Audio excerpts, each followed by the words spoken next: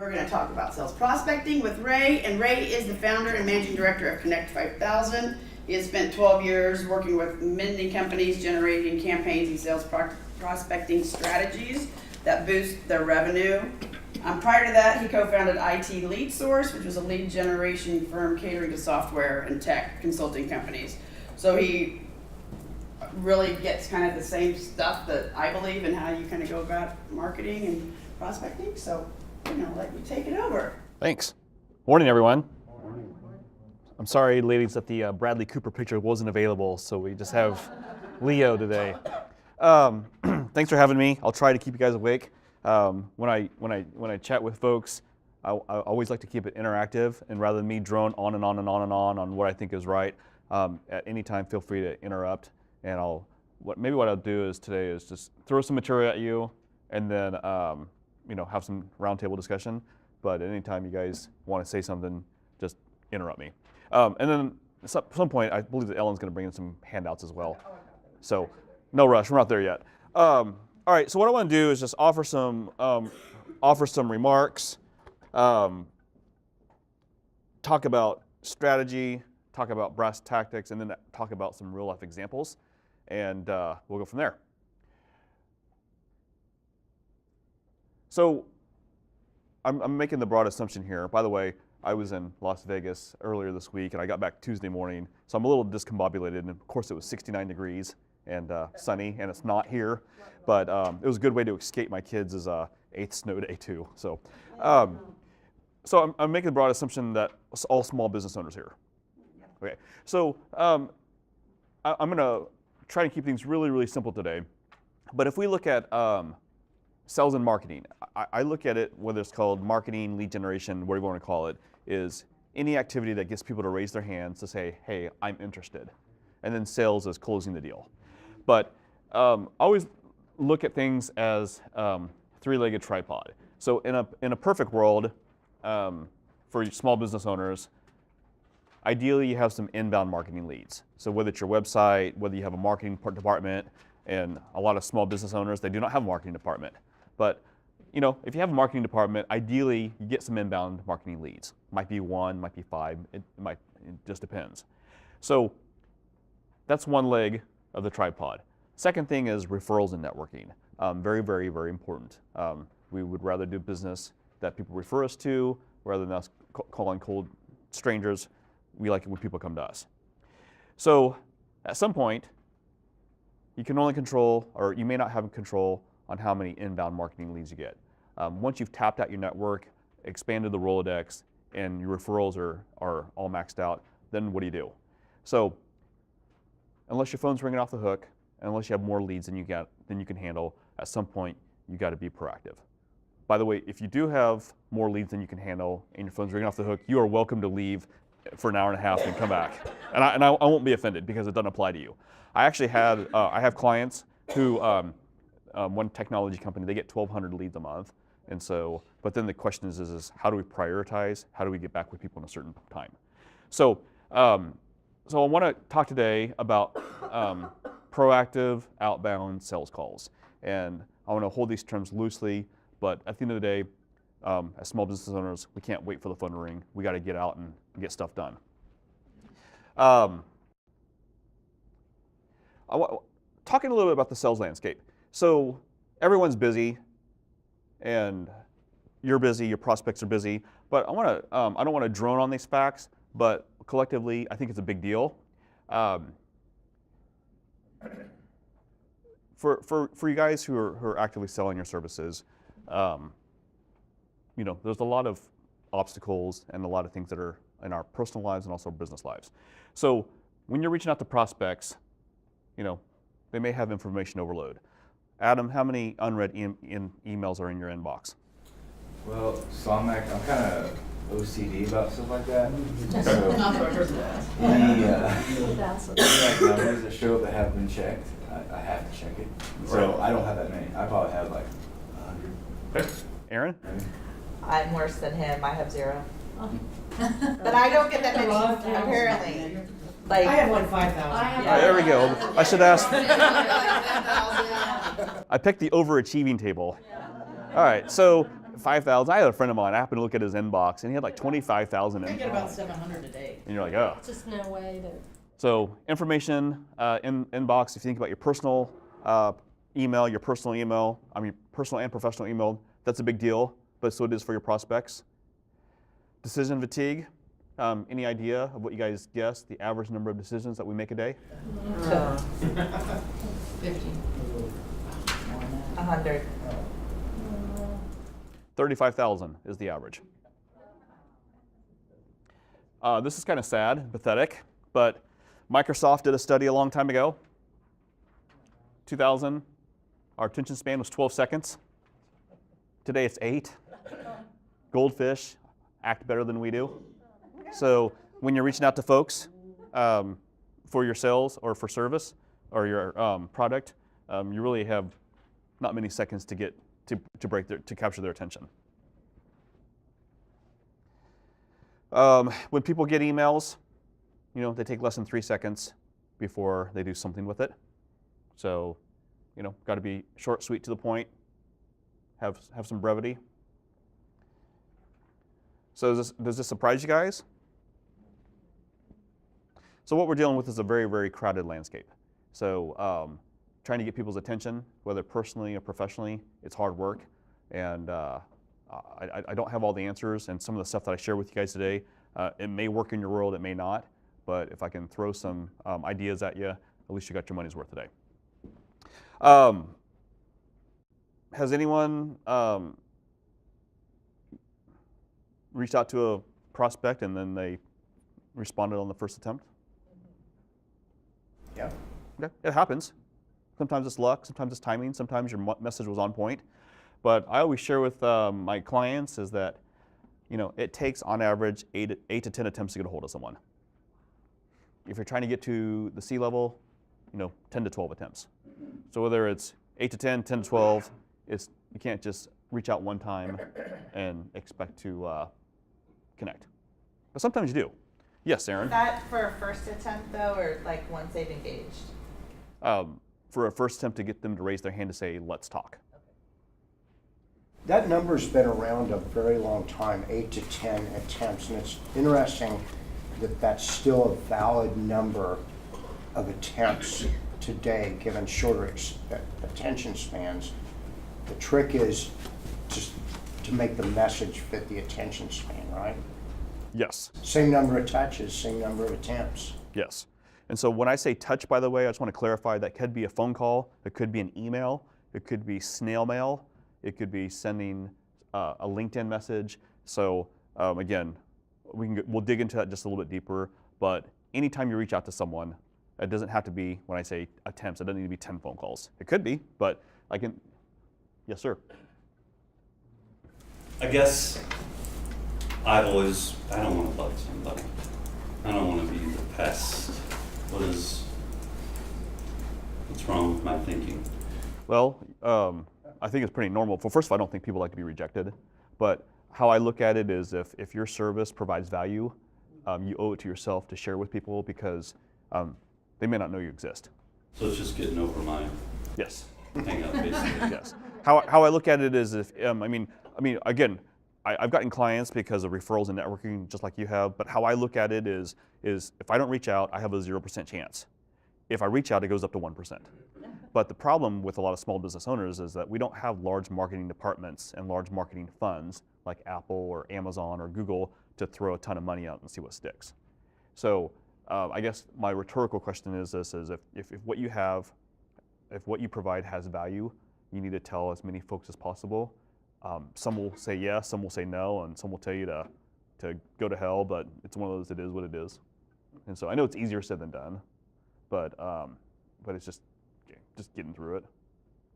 I have a response to that, if I may. Sure. Years ago, I hired a retired real estate broker, and his way of thinking about that was no doesn't mean no till they tell you to get off the porch. That's pretty aggressive. Right. I had another guy that I hired that said no doesn't mean no until they call the cops. Now that's a little too far off the reservation, but until they flat out tell you don't ever call me again or they buy, Wouldn't you just like to know? Yes, but unless you're selling to the Fortune 100, we all should have an infinite number of people to reach out to. So when I train my reps and also train my clients is, whether it's 8 to 10 or 10 to 12, reach out. If they don't respond, recycle them and reach out again in 6 months. But again, unless you're the Fortune 100 where you only have 100 companies you can only call on, then, recycle and keep spreading, cast a wide net and plant a ton of seeds. Yes. I was gonna say I'm just like you, and I really am like, if they don't, and it's bad having read all your emails, by the way, because you assume everybody does that. So when they don't read their emails, they just don't like you.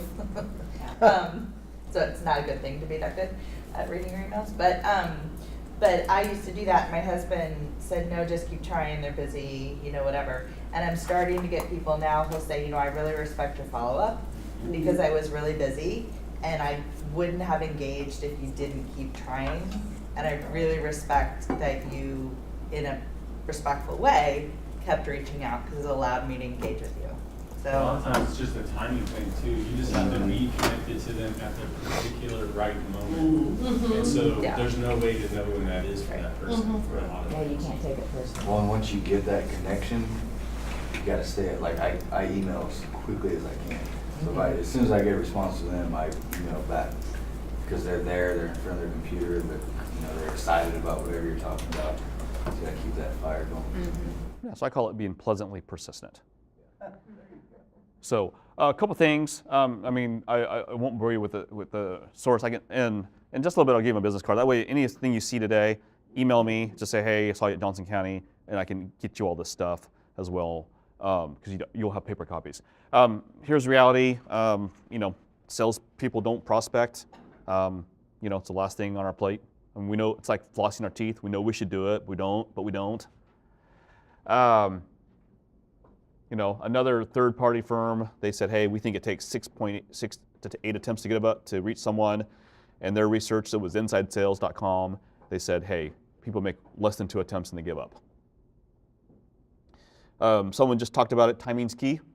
Marketing Sherpa, they did a study, almost 5,000 business buyers, and they said that, 50% at the end of the day, it was good timing. Sometimes it's better to be lucky than it is to be good. And then, another technology stat, read it here. I'm not saying that 60% all in the same batch, but at the end of the day, how many times have we bought something because someone just reached out to us out of the blue? So why don't we as small business owners prospect more? We're all busy, right? No time. No desire. We have other important, fancier things to do. Work on a proposal, get on social media, whatever it happens to be.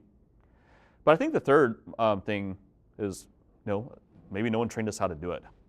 So did anyone take sales prospecting in college? No? Is that a thing?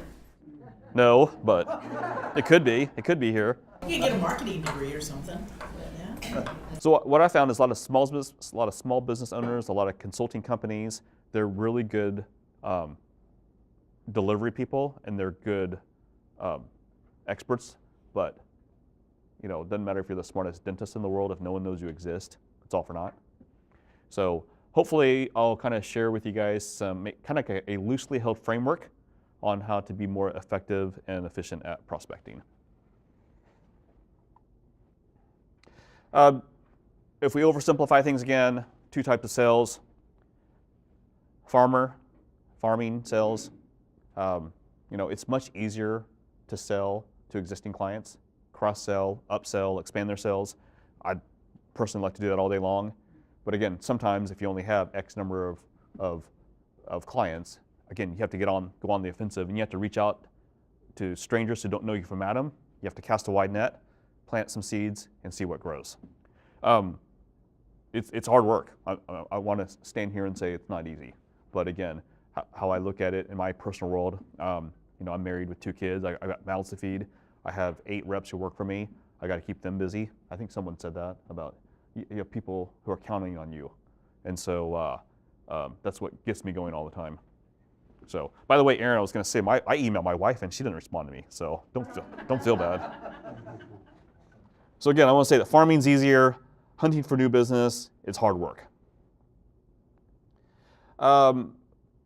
If you guys talked about this before I arrived, we can skip this part.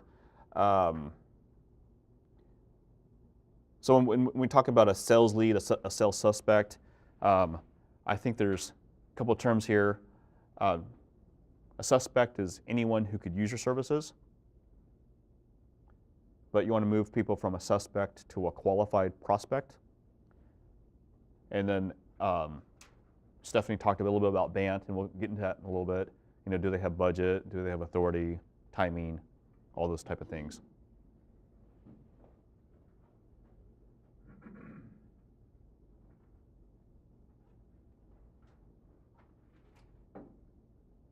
All right, so are you guys familiar? I won't ask if you've used the service or not, but I try to teach in analogies. Have you guys ever heard of Match.com? I won't ask anyone who's actively on the program because that might be awkward. But how I kind of frame conversations is when you get on Match.com, they ask you a bunch of questions. Do you want to meet males or females? What age group? What income group? What height level? All these type of questions because they're trying to fit you with the perfect match. Exercise we want to do today, we're kind of doing the same thing, is, you know, we all know we should be prospecting. We all know that what we should be doing, but the question is where do we start? So on the right-hand side, well, on the left-hand side, who are we? Who's your company? What do we do? What's our value proposition? So I assume that you guys have kind of gone through this exercise before I arrived of, you know, when people ask me, you know, who is Connect 5000? You know, we're a lead generation prospecting firm. You know, we help software tech and consulting companies boost sales revenue with effective lead generation campaigns. That's our value proposition, and I'll go into that. But before we talk about some actual prospecting strategies, we have to be ruthlessly clear on who we're targeting. So it doesn't matter if you're the best steak seasoning salesperson in the world. If we're targeting vegetarians, it's all for naught. So I guess one assignment is kind of write down, unless you've done it already, is who are the types of companies that you're trying to go after. So I've heard there's both B2B and also B2C companies in this room. B2C. Consumer. Obviously, I'm not in that space. That's okay. So, you know, think of companies, you know, if you're not sure the type of companies you should go after, I always tell people look at their existing client base or look at their past client base, write it down on a piece of paper, put it on an Excel spreadsheet, here are the companies, and see if you can find some similarities in common on what was about them. Were they manufacturing companies? Were they technology companies? Were they hospitals? Were they, you know, whatever it happens to be? We also have to determine who is the decision maker. We might know by title. So for example, in my world, the CEO, VP of sales, and VP of marketing, that's usually the person who I need to chat with. But I think the biggest thing that we have to figure out and articulate is what type of problems are you guys solving? So there's an analogy out there is, are you guys selling aspirin or are you selling vitamins? There's nothing wrong with selling vitamins because there's a reason why BMW dealers exist and Nordstrom's is out there. But at the end of the day, you gotta really think through of like, what problems are you solving? So I thought, let's take a few minutes, talk about in your groups of, maybe go around the table of like, you know, who is our types of companies? Who usually is the decision maker that we need to chat with? And what problems are you solving? When I say problems, you know, what's the end result of what you guys are doing? So for example, ADT, the security system, what are they selling? Peace of mind. Yep. Yes, they sell security systems, but they're selling peace of mind. Lexus, what are they really selling? How good I look in that car. Yes. Luxury, prestige. Yes, they're selling 4 wheels and a tire. So, because A, when you're networking, you want to be able to get that off your tongue quickly on these 3 questions, so that way other people can keep an eye out for you. But also, whether it's on your website, whether you reach out by phone or email, you want to have this stuff in mind. So let's take a few minutes and make sure that you guys can say that and maybe share with each other on these 3 questions. So and as you guys think about your answers, as I've said before, be ruthlessly clear. So for example, if you're meeting someone at a networking event and they say, "Hi, I'm Ray, what do you do?" And they say, "I'm a lawyer." That's pretty generic, right? But if they say, "Hey, I'm a divorce lawyer," it gets a little bit more clear. And then maybe they say, "Hey, I'm a divorce lawyer for people over 50 years old." So kind of think through that. Sorry, I didn't mean to rub some salt on someone's wound over here. So, It was Exactly the person I categorized needed by about a year age. ago. well, it's actually 51, not 50. So, all right, so let's go around the room. Maybe someone from this table, what did you come up with and what do we do? So when someone says, "Hey, hi," kind of thing. What do you do company-wise? Ask that question again. So on the first question, who are you in terms of company? What do we do? So if you're at a networking event or you meet a prospect and they say, "Hi, Pat, what do you guys do?"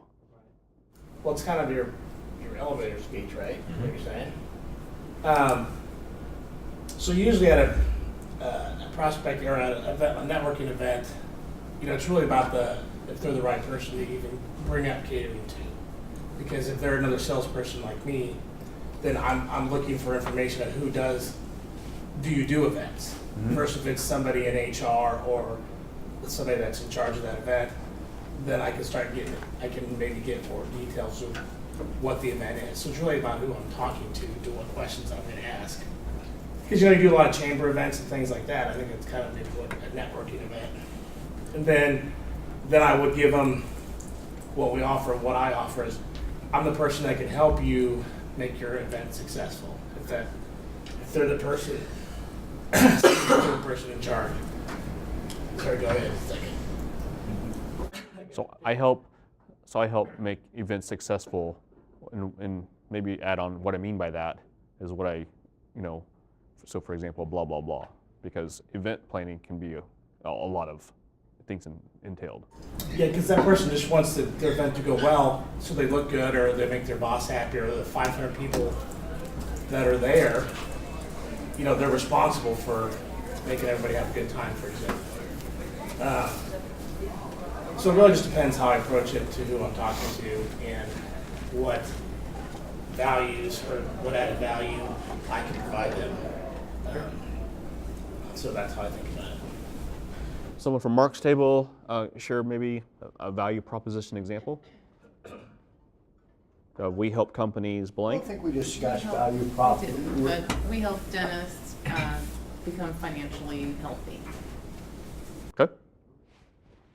Can you go a little bit more deeper on the next sentence? Most of my clients are 55 and over, and we help them figure out how to retire, can they retire, when can they retire. Okay. Got to get it more, more condensed, but I like it. So that's a good start. It's hard at times to say it in one sentence or two, but kind of frame your remarks as if a 13-year-old would understand. Like, oh, okay. Someone from this table, in terms of who's your ideal company?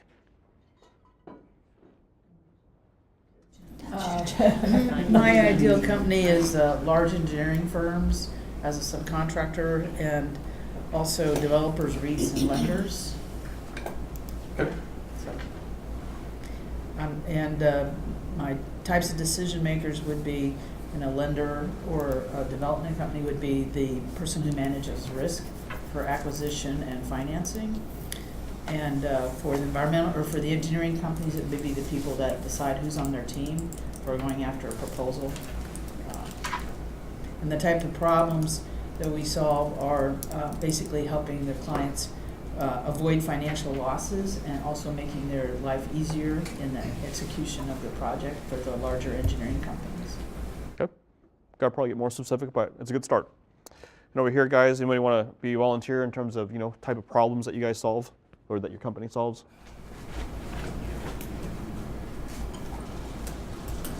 Help me out. Well, I think what Rob said was basically, he solves or supplies the look what I got factor for people's houses. So he's looking for people that have disposable income and maybe want the best in whatever it is that they're looking for. The wow factor. Dogs, cars, entertaining. Yep. All right. So as you guys think about these 5 questions, it might take several iterations to be clear and succinct, because you're going to remember that whether it's the 10-second rule, the 3-second rule, you have to capture their attention quickly, or else you'll lose them and their eyes will glaze over. Couple of things out there in terms of sales prospecting, lead generation, business development, whatever term we want to use today. I want to focus on probably 4 main things. 1 is email, 2 is the phone, 3 is LinkedIn, and 4 is snail mail.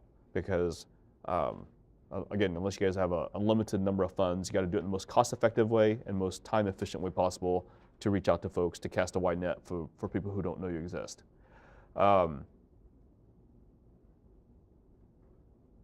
Again, this is all up for interpretation.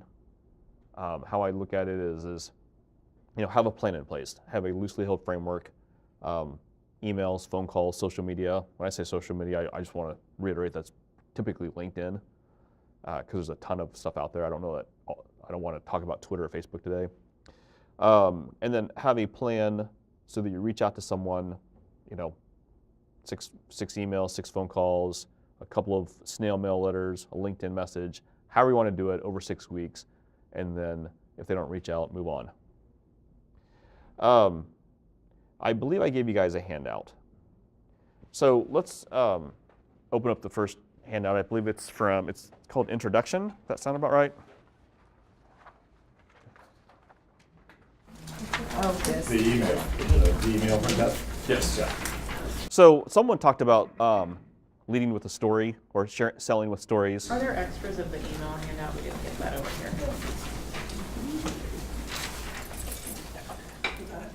Do you have enough? We need 2 more. Thank you. Oh, I'm sorry, Mark. Okay. Stephanie, I'm going to give John that. Over there. Sorry. No problem. So even though there are people in this room that answer every email and respond, obviously there's some other people that don't, but I still think that email works. Email is efficient. As long as you have something compelling to say, people will respond. So I want to kind of give you guys some brass tactics today, and I'll send you the electronic copy if you want it later.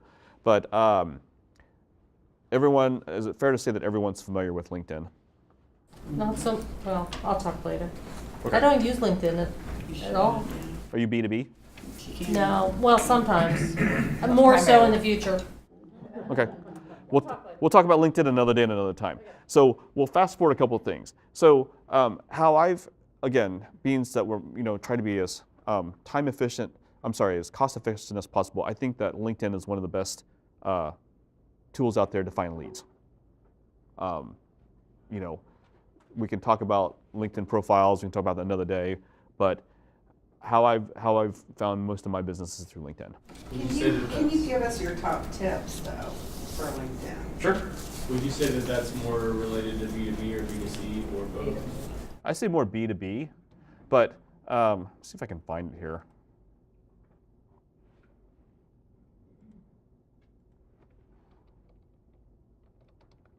How much time do you spend on LinkedIn, kind of like per day, doing your prospecting? I use it. I forgot my password. I have the browser open all day long, and so it's my number 1 tool out there. You can use the paid version or you can use the unpaid version. So I gotta look up my password, but I'll do that in a moment at the next break. So very, very important, have a LinkedIn profile, be very descriptive of what you guys do. Again, problems that you solve, all those type of things that we just talked about. And get some testimonials, put your work experience down. But I would say the number 1 thing is here are the problems I solve, without saying the problems I solve. I help companies, accomplish X, Y, and Z. I help them prevent X, Y, and Z. Those type of things.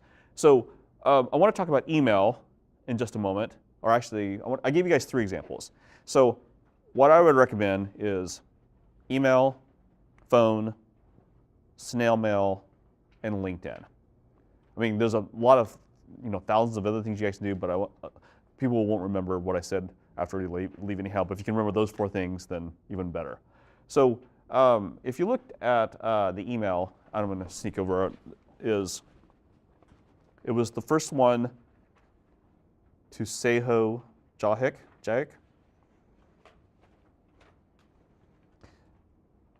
And it was labeled introduction. These are real life examples. So I'm not going to read this to you word for word, but kind of reinforces what I've talked about. Are we all familiar and know the difference between a first, second, and third LinkedIn connection? Yes. Okay, we'll talk later.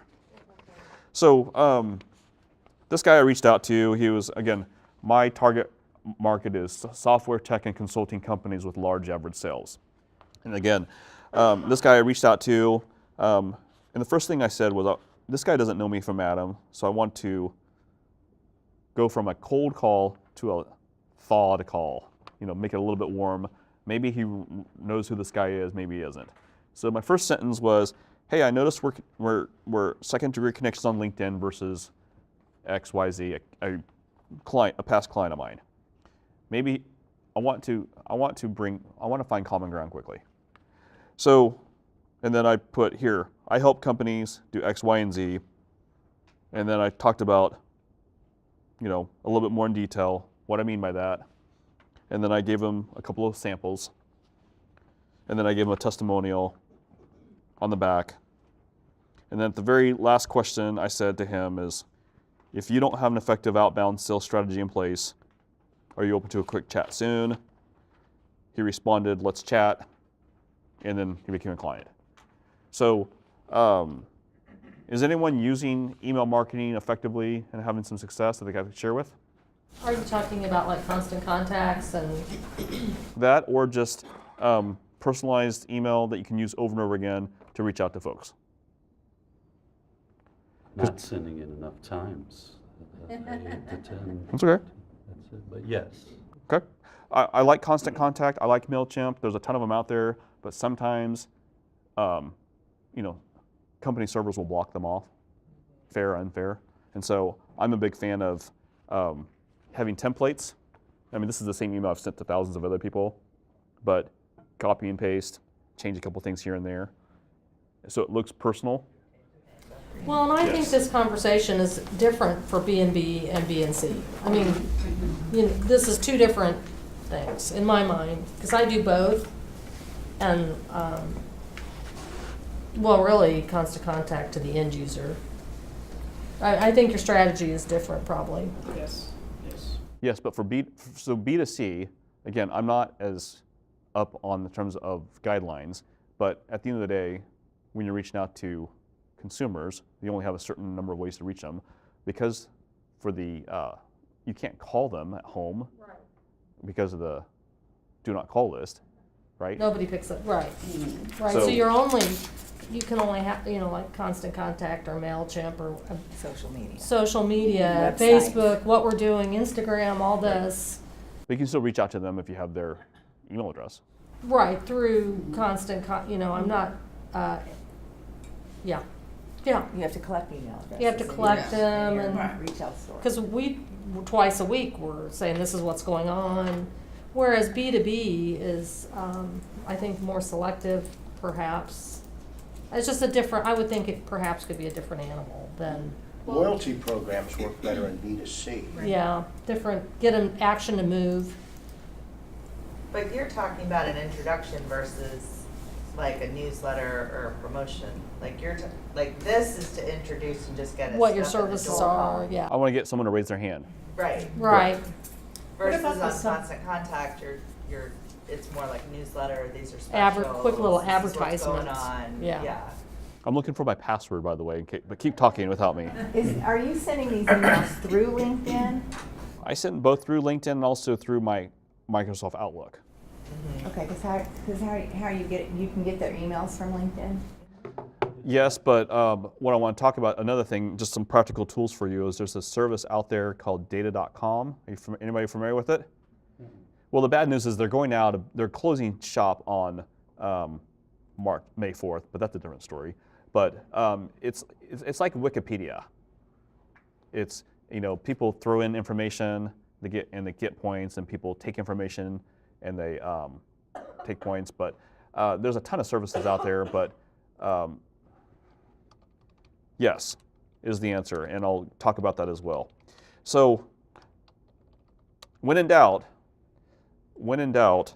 there's typically 3 formats for people's email addresses in the business world. First initial, last name, at such and such, first name dot last name, and then first name underscore last name at. Of course, there's some other stuff out there, but kind of just. You could probably Google and find it, huh? Sometimes. Probably good. But if you reach out to someone on LinkedIn and they accept you and they have their email on their contact, you can find it there. Or what I do if they accept me is I'm like, hey, I'd love to talk with you more, but I don't always check my LinkedIn. Would you mind sharing your email address? And they usually are pretty good about that. Does When you reach out on LinkedIn send you LinkedIn, an I would email use that the same- says, hey, you've got, It's a message. yeah? It's a message. It shows up on LinkedIn. So that's what I don't always check my LinkedIn much, but yeah.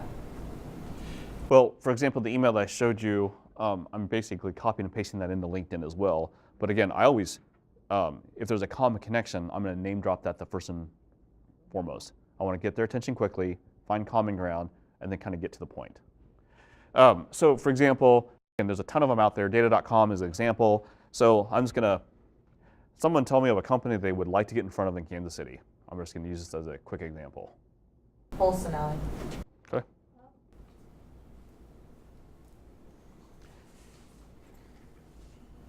Are you wanting the attorneys in Polsinelli? Is that what you're, okay. You know what their name is? Just out of curiosity? The person I need to get in contact with? Mm-hmm. No. Okay. So I'm just gonna, Probably the managing partner.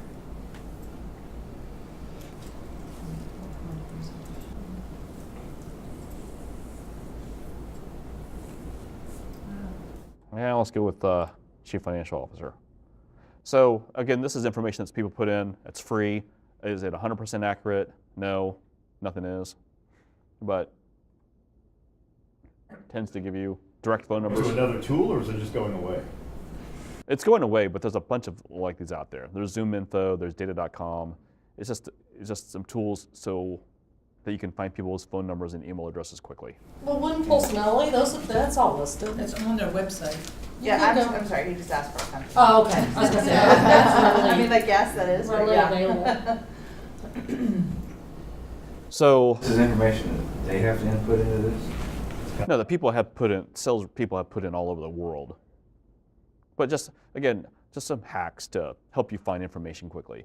But when in doubt, first initial last name at domain, first name dot last name kind of thing. I'm getting my password. Give me 2 seconds here.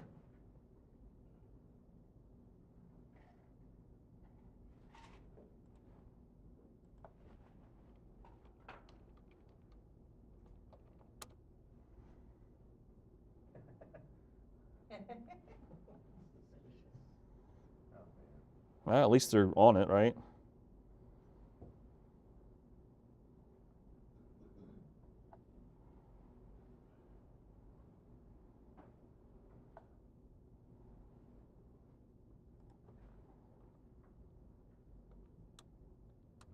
By the way, I heard before I showed up that, or before I started chatting with you, that you guys have talked about pre-call research, right?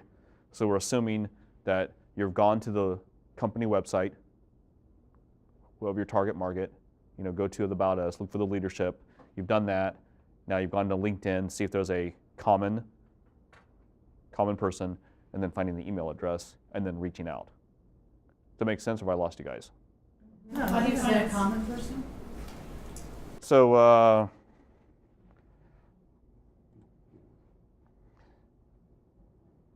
So you just type in someone's name? Correct. And then look at their, It'll tell you. Adam, are you on LinkedIn? So, Adam, what's your last name? Grist, Griest. Okay, so in this case, Adam is a second-degree connection of mine. That means that he and I both know Chris Torres and Stephanie Landis.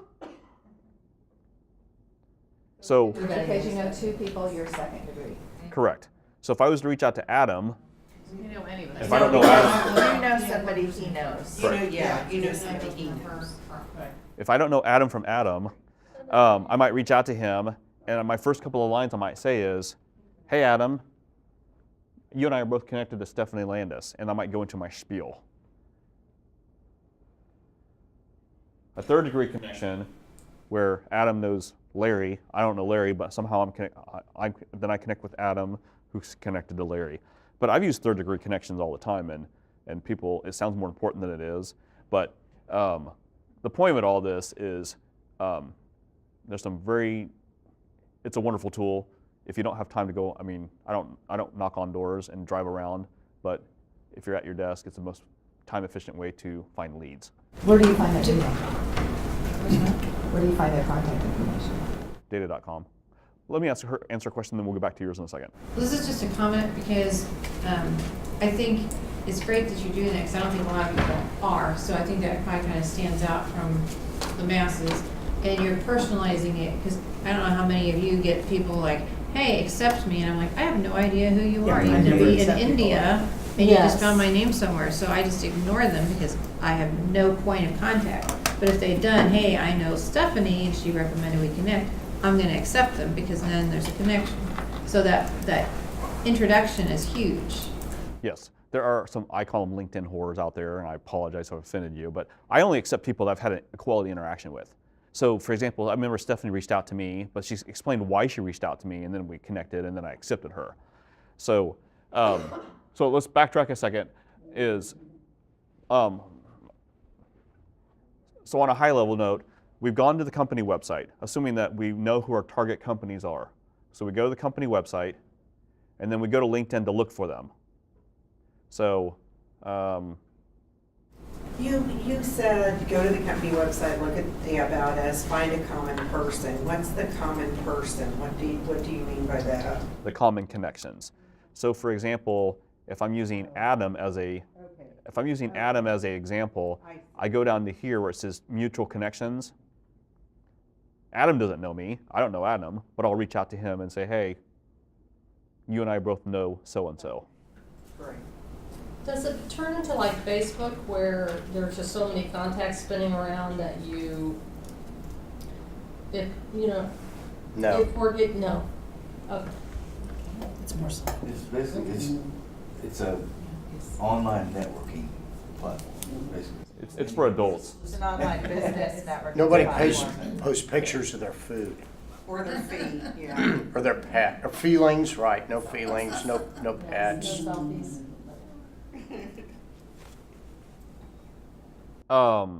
So I just want to do a quick example from start to finish. Let's just say, for example, that I want to get in front of Cerner. So I go to the LinkedIn. I see Joanna Burns. For whatever reason, I want to get in touch with her. So I go to Joanna Burns. She happens to be a second-degree connection of mine. Our mutual connections are these folks. So if I go to data.com and I copy and paste her name in, maybe it'll pop up, maybe it won't.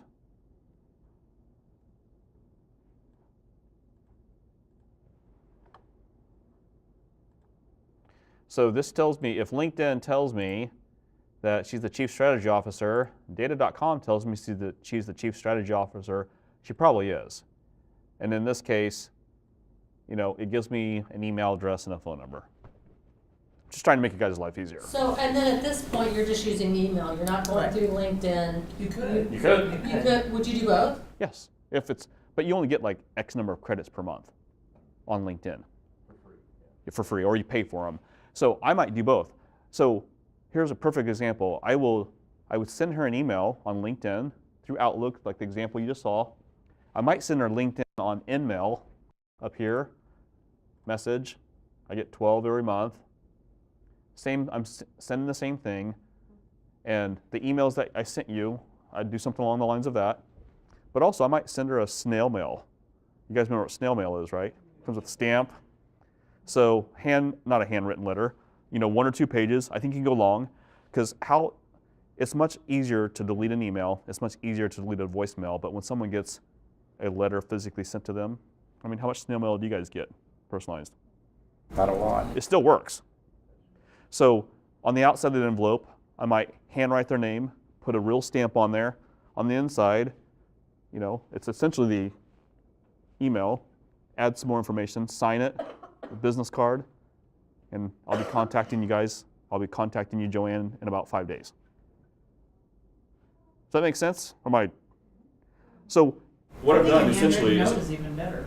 correct, and also I might call her and leave her a voicemail. Chances are she's not going to answer the phone.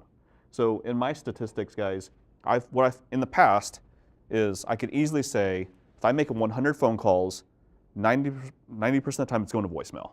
But I'll talk to 10 people and 5 people will say, let's have a conversation, let's have a meeting.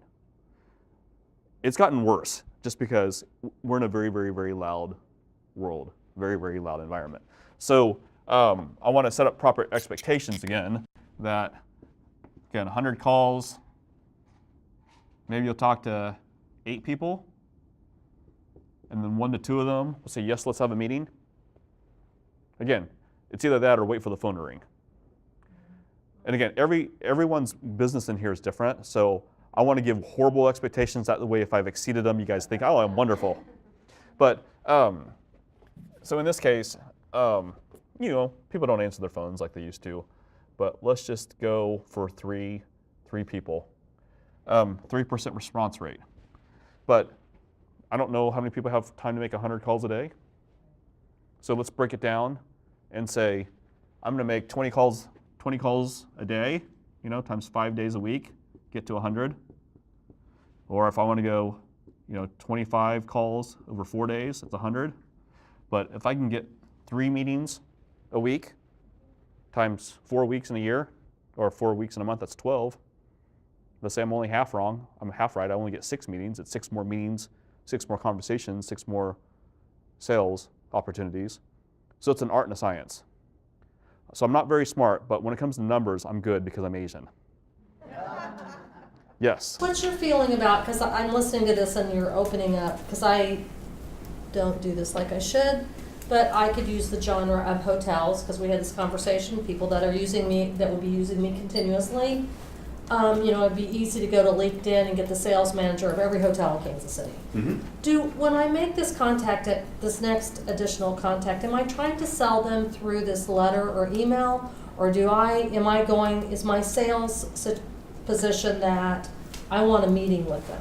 All you want is a meeting. Don't try to sell over this next. Correct. You want to whet their appetite, pique curiosity, and pique their interest.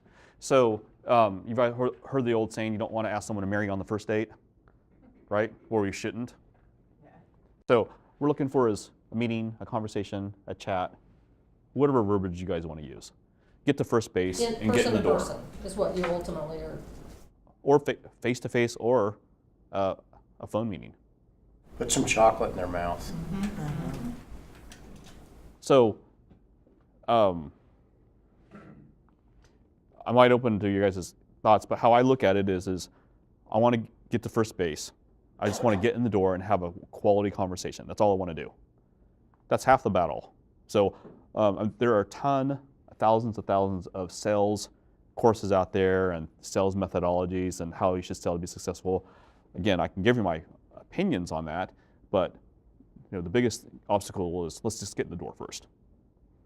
So in this case, guys, we talked about touches. So with Miss Joanne Burns, I can send her an email, I can send her a LinkedIn message, I can call her on the phone, and I can also send her a snail mail letter in the same week. So that's 4 touches. Does that make sense? She may not respond to any of them. She may respond to whatever, we don't know. But again, we don't know until we tried. So she doesn't respond, and then you're going to just do Repeat that it again. Yes, then I will wait a week. I typically wait a week. So if I reach out on Monday, the earliest I'll reach out is the following Monday or Tuesday. Well, I'll have variations. Let's take a 5-minute break. I sent you guys 3. Yeah, we only have like 20 minutes. Oh, okay, well, never mind then. So I gave 3 handouts of different types of emails to use, kind of just to spur creativity on your guys' end. And then one of the emails, I think it said feedback. That was my breakup email. So if no one responds after a certain period of time, what I'll do is I'll send them, here's my final email, and sometimes they respond, and that's just a sample for you guys. The breakup one. Wait, I think it's Wayne. The one with the numbers, That's not the middle one. Question about the breakup email. Yes. It's been suggested that we're very cautious of personal pronouns when we write, especially as the first part of a sentence. 1, 2, 3, 4. 4 of the first 5 paragraphs start with a personal pronoun. Is that good practice? Do you find value in that? I want to keep it as personal as possible, but I write like I talk. So I don't know if I answered your question or not. Well, you have, making it very personal. Yes, even though it's the same email that I've sent to like many, many other people. And so using a personal pronoun to start a sentence. What was my personal pronoun? Now I forget. I. Oh, okay, gotcha. Yes. He's the I. I'm not the I in this case. Well, you say I reached out. And Oh, I'm talking about 1, 2. Okay, yes. Yes. You can say we, but I prefer to say I. And then, so again, giving you guys some email, samples to kind of, how do we make it relevant to your guys' world? LinkedIn, snail mails. The other thing is the phone, right? So some people prefer to communicate by phone. Some people prefer to communicate by email, don't know. But, you're going to get voicemail. So leave your voicemail, short, sweet, to the point. Hey, Mark, Ray Ruecker with Connect 5000. I'm following up on an email I sent you this morning. Please call me back at blank. Again, my phone number is blank. In B2C, always my advice for the B2C folks is leverage your referrals of past clients, of asking them, hey, do you know of 1 or 2 other people who could benefit from our services?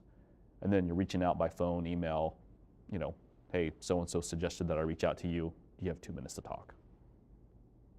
But keep the message really simple. And I'm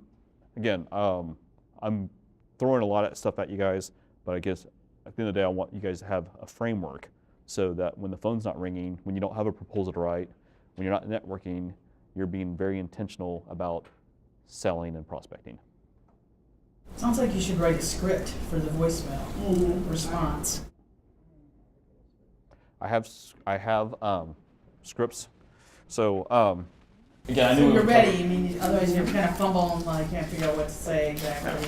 Do you mind passing around? Whatever you guys want from me, just send me an email and say, can you send me such and such, and I'll send it to you guys. But is this helpful, or am I throwing too much at you guys? No, it's good. Scripting a call before you make it is really a good practice. I don't have a script, but I often script a specific phone call before I make it. You have a talk track. A talk track. Yes. Same as a script, but you don't want to sound robotic on the phone. So it might be, hey Pat, Ray Ruecker with Connect 5000. Stephanie Landis suggested I reach out to you. Please call me back at X. Again, my phone number is X. So again, you don't want to throw up everything on the table, whether it's email, phone, snail mail, whatever. I want to whet their appetite. So the analogy I use, and again, please forgive me in advance if I offend you, is think of it like cleavage. You show enough to make them look, but don't want to show them the whole goods. Less is more. Yes. I tell my daughter. Yes, less is more. But you want to pique their interest, capture curiosity, right? So in the catering world, you know, how do you make my events more successful? Well, why don't we carve out 5 minutes on the phone or chat in person and we can talk about it. Stories sell. So again, I've shared on some of the emails, you know, some samples again to get you guys thinking. So again, how I would do it is, you know, after you've done your pre-call research, send an email first. Reason why I send an email first is sometimes it auto-responds with their phone number, right? Also, they might be out of office, so don't bother calling them because they're on vacation, or they're no longer with the company, right? So some people don't update their LinkedIn profile like they should. I don't expect people to change it the first day they get fired or laid off, but 3 months later, come on. So I'll send an email first. I'll follow up with a phone call. Maybe I'll send a snail mail letter, and maybe I'll reach out to them on LinkedIn. And then wait a week, do it again with a phone call and an email. Maybe you want to send 2 snail mail pieces, maybe not. But, you know, casting a wide net, planting a lot of seeds. Sometimes people respond quickly, sometimes they never respond at all. So the answer is always, it depends. Ray, are you a proponent of sending like articles that you found or anything that's relevant that you think will be helpful, or does that water down your message? Nope, I think it's perfect.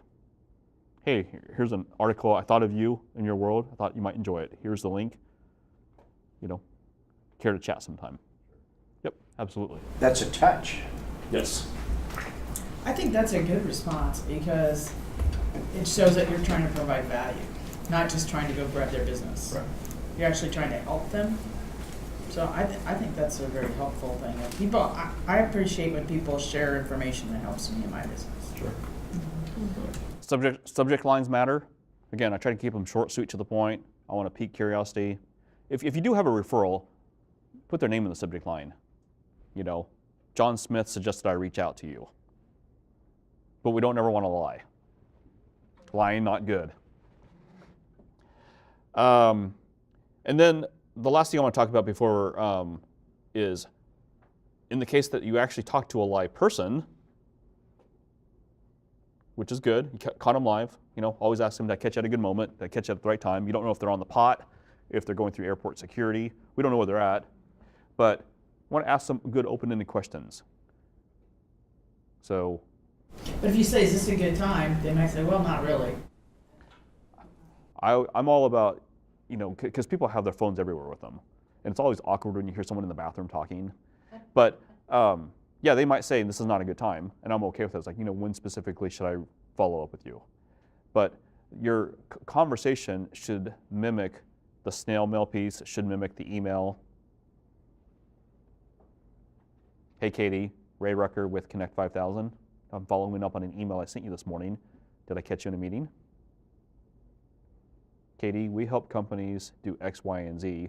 If I caught you at a good time, I'd like to ask a couple of quick questions. You know, we recently helped a company like yours accomplish X, Y, and Z. Is such and such a problem? Is such and such a priority? Is such and such a challenge? Oh, tell me more. How long has this been going on? And then at the end, are you open to chatting about how we can potentially help you? Great. What's your calendar look like?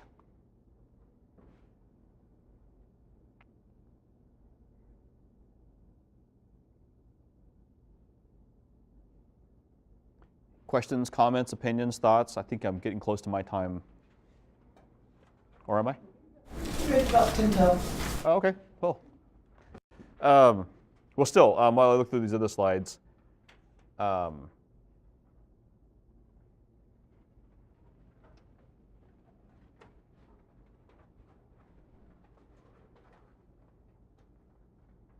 of the questions is if you're not sure who to talk to because it's not on the website, call into the CEO's office. You're not going to get the CEO. You get their executive assistant maybe. Hi, can you help me please? Okay. Who reports to your president that's responsible for blank? The CEO's assistant's going to say probably one of 3 things. Get lost, I don't know, or you need to talk to so-and-so. If they say you need to talk to so-and-so, perfect. Hang up, call that person, hey Donna, Ray Ruecker with Connect 5000. Sue in the CEO's office suggests that I contact you. Do you have a minute? Not lying. She did say you need to talk to someone. You might be able to figure it out by title, but some people you don't know because the title's different per company. In the B2C world, you know, I would say is, again, because it's a different beast, is asking for referrals. Call up your existing customers, call up past customers. Okay. You know, Johnny, do you know of one other friend of yours who could benefit from our service? Don't ask for 5, ask for 1.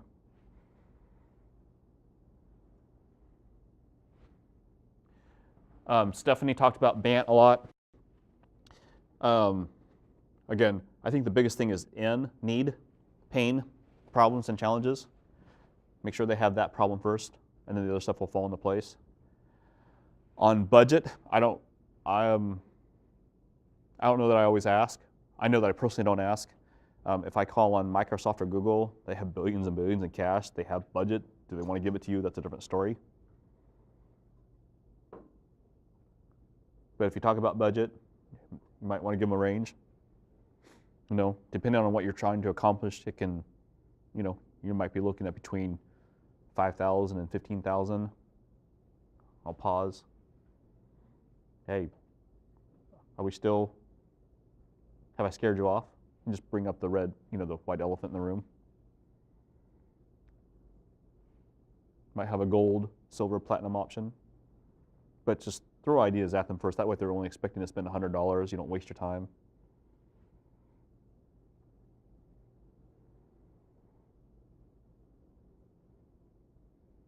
What's your time frame to make a decision? Authority. A lot of companies, they sell by committee. So after I've established that they have a problem, established I can help them solve them, I might ask at some point, you know, Johnny, other than yourself, who else is involved in a decision like this?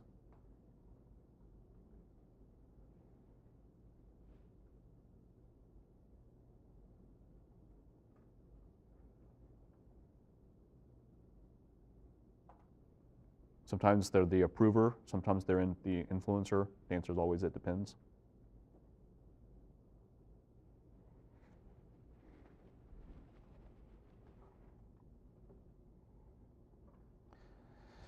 And then as you have conversations, you know, you don't want to be blindsided. It's better to ask early.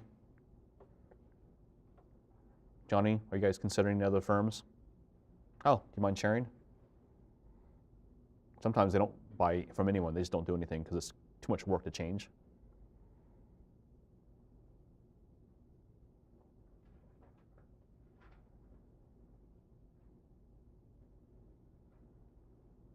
All right, so again, I threw a lot of stuff at you guys today. I hope it was helpful. Anything that you saw or that we talked about that I didn't get in your hands, just email me or ask Steph.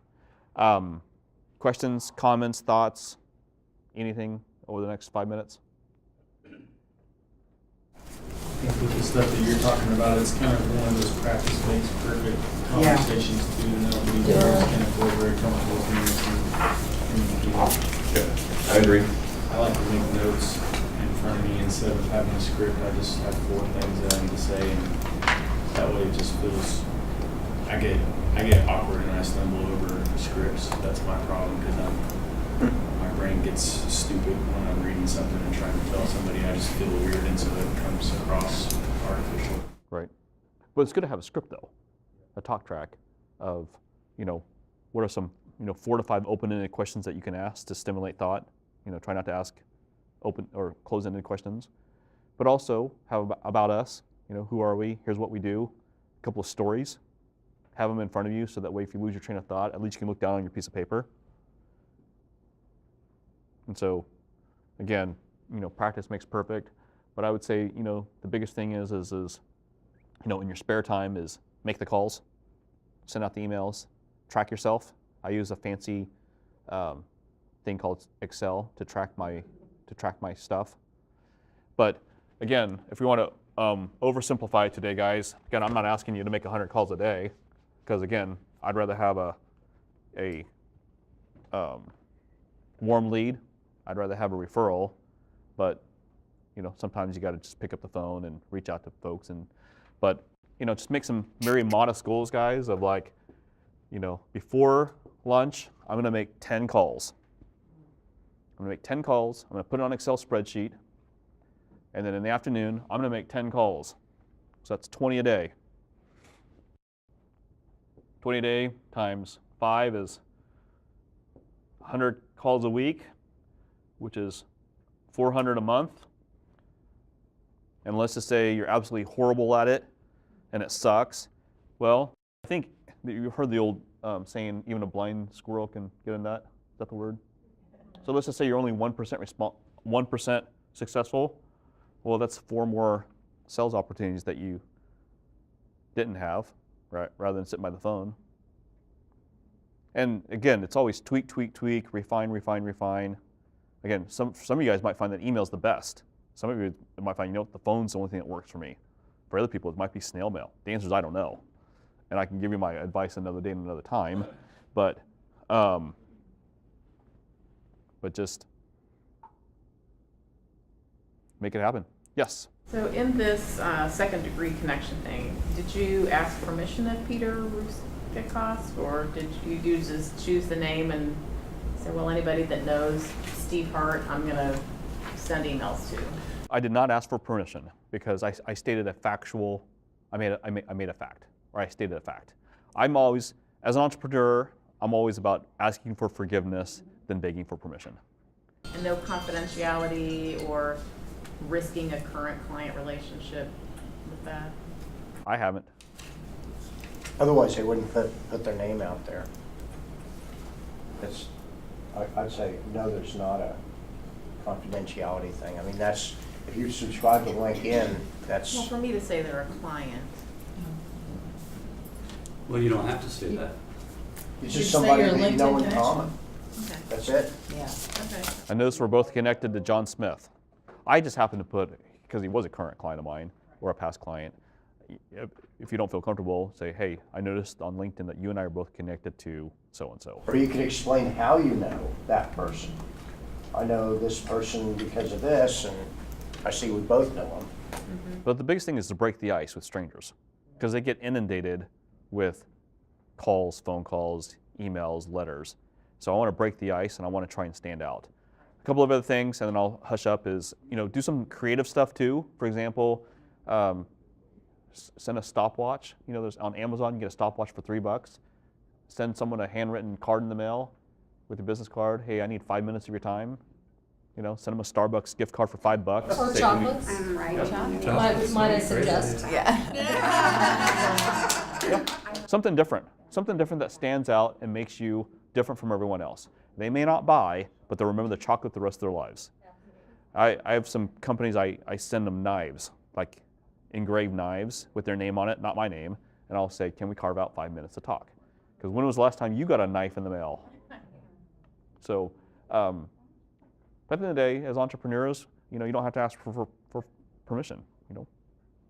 Try it. If it doesn't work out, move on to other stuff. If you're calling 100 people a week and you screw 5 of them up, it doesn't really matter. I mean, Yeah. it's 5 people you weren't going to talk to anyway, so. And the next week you'll be better. Yeah. Yeah. Good point. So practice makes perfect. Again, I can send you a spreadsheet. So again, I track mine as how many stuff did I do every day, and it's kind of like the old adage. If someone said to me, "Hey, I want to lose 20 pounds," what I would tell them is, "Okay, I want you to write down on a piece of paper everything you've eaten, and I guarantee you will lose weight just because you're more mindful of it." Same way with spending money, write down everything you spend, and all of a sudden, with some moment-by-moment awareness and some accountability, you just get better. So again, not advocating 100 calls, but let's start with 5. Let's start with 10 or something, and build your pipeline up, put it on a spreadsheet, and just be diligent and disciplined about it. So It'd be great if you'd share your spreadsheet with Stephanie. okay. That'd be great. She has to buy me Chick-fil-A for that to happen.